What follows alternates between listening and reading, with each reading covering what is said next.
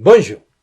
Ce pays a autant de chances d'échapper au suicide collectif que Macron d'être circoncis par la foudre dans un camp naturiste à l'instant précis où, à quelques mètres de lui, un effet noir, la peau luisante sous la chaleur torride, se penche pour ramasser un coquillage. Les attaques au couteau, comme celles ayant eu lieu en plusieurs endroits de Toulouse récemment, ne dépassent même plus le stade de la presse régionale, reléguée au second plan par les tirs à l'arme de guerre un peu partout en France, même si, sauf pour Dijon, les médias moutardes, tant parlé, préférant mettre en avant les manifestations des Black Lives Matter et d'Assa Traoré, surnommé mieux fait de se taire. Ce qui me désespère, ce n'est pas les quelques matraquages estivaux d'infirmières, lesquelles, en toute logique, après avoir été qualifiées d'héroïnes, ne pouvaient que subir un traitement stupéfiant et se faire fumer par les CRS dès qu'elles allaient réclamer du pognon. Ce n'est pas non plus les émeutes dont on ne sait plus si elles sont contre le racisme ou pour pouvoir, à défaut de Nutella, acheter des PlayStation chez Lidl alors même qu'il suffit de sortir dans la rue pour jouer gratuitement à Call of Duty version 3D Dolby Surround sur fond de conflit maghrébo-tchétchène.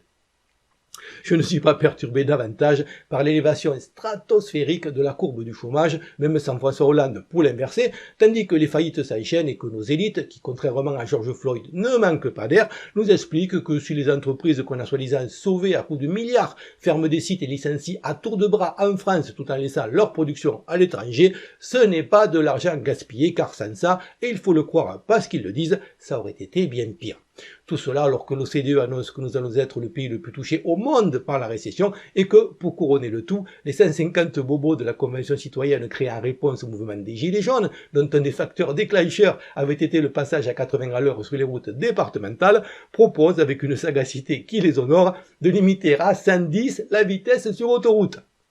Au milieu, cela va sans dire, d'une foultitude de nouveaux règlements, taxes et contraintes diverses de notre pays qui en manque cruellement, a indubitablement besoin pour surmonter la crise, oubliant en outre que l'État, qui a bradé les petites autoroutes, ne faisait jamais les conneries à moitié, a signé une clause l'obligeant à compenser, avec nos sous, auprès des sociétés qui les exploitent, toute baisse de revenus occasionnée par un changement de réglementation. Comme dirait quelqu'un, ça va coûter un pognon de dingue. Une convention citoyenne tirée au sort de façon tellement aléatoire que, pour l'anecdote, Cohn-Bendit, lequel fréquente visiblement la même plage naturiste que Macron en matière de probabilité, plage idéalement peuplée pour lui de petites filles de 5 ans plutôt que des faibles noirs, quoique, était du nombre, et que, probablement parce qu'il est déjà circoncis ou que le foutage de gueule se voyait trop, il a préféré se désister. Donc, ce qui me désespère, c'est qu'en dépit de tout cela, on a toujours ces mêmes canards, pour ne pas employer un mot qui rime, dont la priorité absolue est de détruire les couronnes de fleurs déposées par la danseuse post-électorale Marine Le Pen, laquelle, en dépit de sa nullité crasse, n'a pas encore eu l'opportunité de nuire et n'est objectivement pour rien dans tout ça. Aucun doute que ces submersibles 3-1, en d'autres termes sous-mer 2, lesquels, l'excuse de la naïveté et d'un QI de crevette ayant ses limites, comptent parmi les principaux responsables de la situation, vont s'empresser de revoter Macron dès qu'on leur agitera le spectre de l'extrême droite pour ensuite repasser 5 ans en mode vapeur à manifester derrière des petites pancartes syndicales parce qu'ils auront mal aux hémorroïdes à force de se faire traiter comme Uncle Benz, lequel pourrait bien devenir une tente blanche sous les nouveaux packaging. D'où ma désespérance, d'autant que la relève de la connerie est assurée quand on voit des lycéens qui demandent et le plus triste obtiennent que leur lycée Colbert soit renommé en Rosa Parks. La seule bonne nouvelle vient de la censure par le Conseil constitutionnel de la loi Avia, non tant au vu des membres qui y siègent, je pense qu'elle menace la liberté d'expression, que parce qu'une fois la haine juridiquement définie, la dite loi aurait pu se retourner contre les communautés mêmes qui la poussent. Ce que n'avait pas perçu la taxiphage qui l'a pondue, laquelle, en dépit de son sourire incandescent, n'est pas une lumière faute d'être halogène, car née en France, même si certains la trouvent très laide. Pour comprendre la cause de l'entropie que nous connaissons, il faut prendre conscience du fait que la France charnelle et millénaire, laquelle n'a jamais été parfaite, même s'il était plus facile de donner un sens à sa vie et si elle assurait bon an mal an la préservation de l'ensemble, et qui n'a dès lors des airs de paradis perdu que par comparaison avec l'entité suicidaire qui lui a succédé, cette France a chopé un parasite, un peu comme si Marlène Schiappa attrapait un ver solitaire, ce qui expliquerait son nom, ou que, plus problématique encore, un ver solitaire attrapait Marlène Schiappa. Toujours est-il que le parasite qu'a attrapé notre pays l'a certes homogénéisé en l'obligeant à parler une même langue et en détruisant les cultures régionales, mais il n'est pas la France pour autant, même s'il se fait passer pour elle. Ce parasite, c'est la République, à ne pas confondre avec notre République qui est son point de mire de prédilection.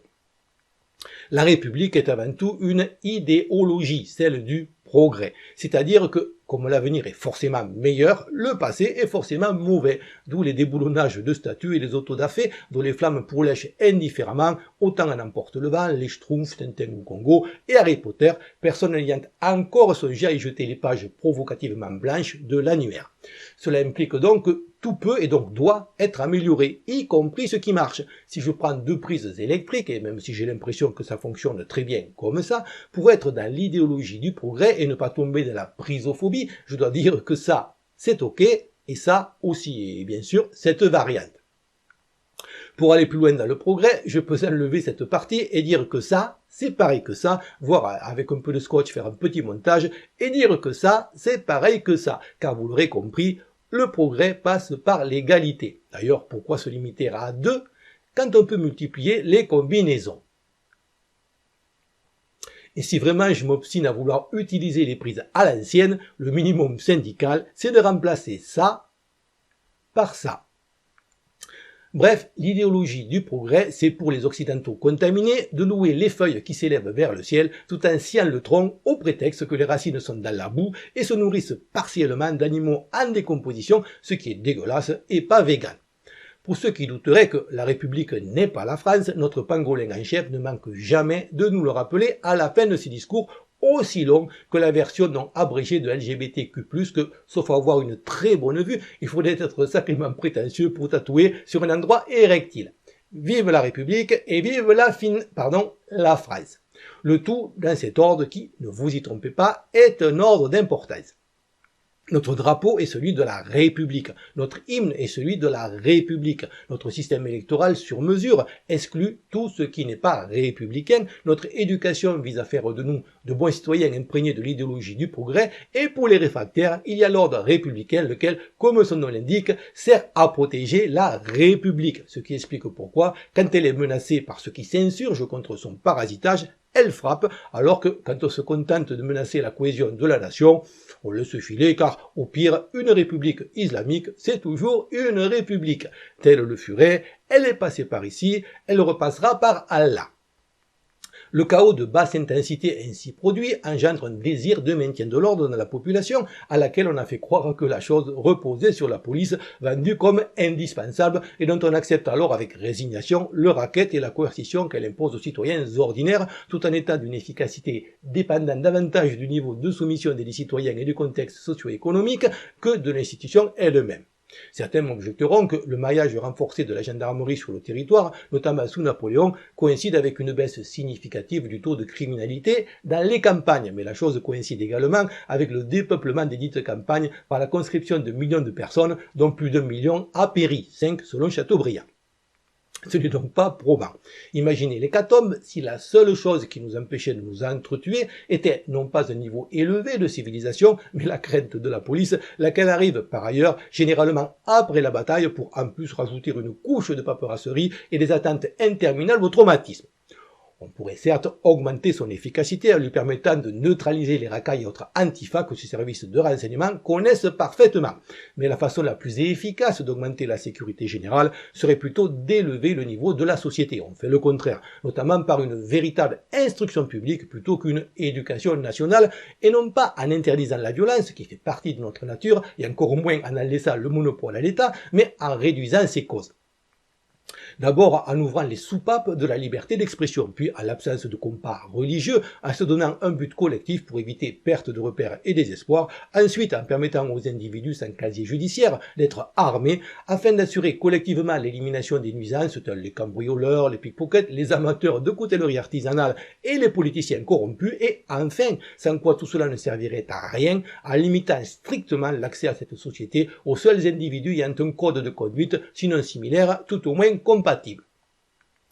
À un moment donné, on a bien essayé de remplacer la République par l'État français. Sur le papier, c'était très bien. Travail, famille, patrie, que des choses qui, bien comprises, favorisaient la majorité. D'ailleurs, il y a eu un boom de natalité. A contrario, les minorités, elles, ont pris cher, pour ne pas dire cachère, avec des stages de vélo gratuits. comme on est humaniste et que du coup la préoccupation dans un pays de souris doit être non le sort des souris mais celui des cochons d'Inde, on est donc revenu fissa à la République grâce à un homme dont les statuts sont aujourd'hui artistiquement redécorés par les lointaines conséquences du système qui l'a rétabli, remplaçant travail, famille, patrie par chômage de masse, LGBT et migrants, chose qui certes ne favorisait pas spécialement la majorité mais au moins n'était pas antisémite.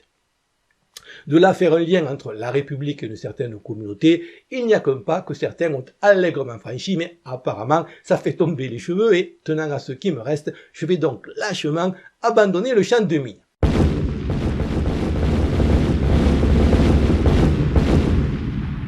On nous dit que l'Union européenne est la cause de tous nos maux. Ce n'est pas faux, mais là encore, qui en est l'un des principaux instigateurs, sinon la République dite française, qui a ainsi contaminé tout un continent. L'UE n'étant rien d'autre que la dite République avec les mêmes valeurs, le vernis de démocratie à moins. La France y a beaucoup perdu, mais la République y a gagné comme une grosse tique sur un chien famélique. Ce qui me laisse dubitatif quant aux capacités à nous sauver de tout parti républicain, c'est-à-dire tous, ce qui inclut l'Union populaire républicaine qui ne voit pas qu'elle fait partie du problème. Le monsieur le challenger déclaré d'Asselineau semble au moins avoir pris la mesure d'une partie des erreurs tactiques et de positionnement que, comme d'autres, j'ai relevées depuis des années. Mais physiquement, c'est le même avec des lunettes, et sachant qu'un politicien est avant tout un baril de lessive dont l'emballage compte plus que le contenu, s'il veut les votes d'une majorité qui ne lit rien et n'écoute rien, et que même Hollande avait dû perdre 20 kilos et s'éteindre les cheveux, il faudra quand même qu'on m'explique la libido d'une partie de l'UPR qui, variante de la sapiophilie revendiquée un temps par Marlène Schiappa, et même si c'est mieux que le fétichisme des pieds, sauf pour les poètes, ne semble s'activer qu'à la vision d'un chauve bedonnant qui cite les articles. Tels les derniers combattants d'Alamo, pour l'honneur, je vous invite à télécharger dans la description le pangolin qui vous convient le mieux ou à l'adapter en conséquence. Pangolin, symbole du foutage de gueule que nous subissons et d'une volonté, au-delà des clivages politiques et idéologiques, de se débarrasser de Macron avant la fin de son mandat. Je ne vois que cette solution, tapisser la France réelle et virtuelle de pangolins, pour faire remonter suffisamment la pression de la cocotte minute, non pas horizontalement mais verticalement, afin d'éviter 1. La guerre civile, et 2. D'atteindre un point de non-retour, à mon sens avant 2022, si ce n'est pas déjà trop tard, au-delà duquel ce bout de terre avec des gens dessus, qui n'est déjà presque plus un pays, ne se relèvera plus. Comme d'habitude, je n'ai pas la prétention de détenir la vérité, juste, tant qu'on me laisse faire, de susciter la réflexion par un discours honnête, logique et argumenté, sans autocensure. Je ne filtre aucun commentaire, et cette chaîne, par principe, n'est pas monétisée et ne fait pas appel aux dons. Si vous voulez me soutenir, faites-le en likant, commentant, et pour les plus courageux, en partageant mes vidéos afin de toucher un plus large public, en espérant que ça puisse contribuer à faire avancer les choses. Pensez aussi à vous abonner, si vous êtes nouveau, à faire un peu de spéléologie sur la chaîne. Certaines de mes vidéos, faute de référencement par YouTube, passant parfois inaperçues et d'autres censurées, une bonne quinzaine à ce jour, ne se trouvant que sur mes chaînes secondaires, également en description. Merci encore à tous pour votre fidélité et vos encouragements, et à bientôt, j'espère.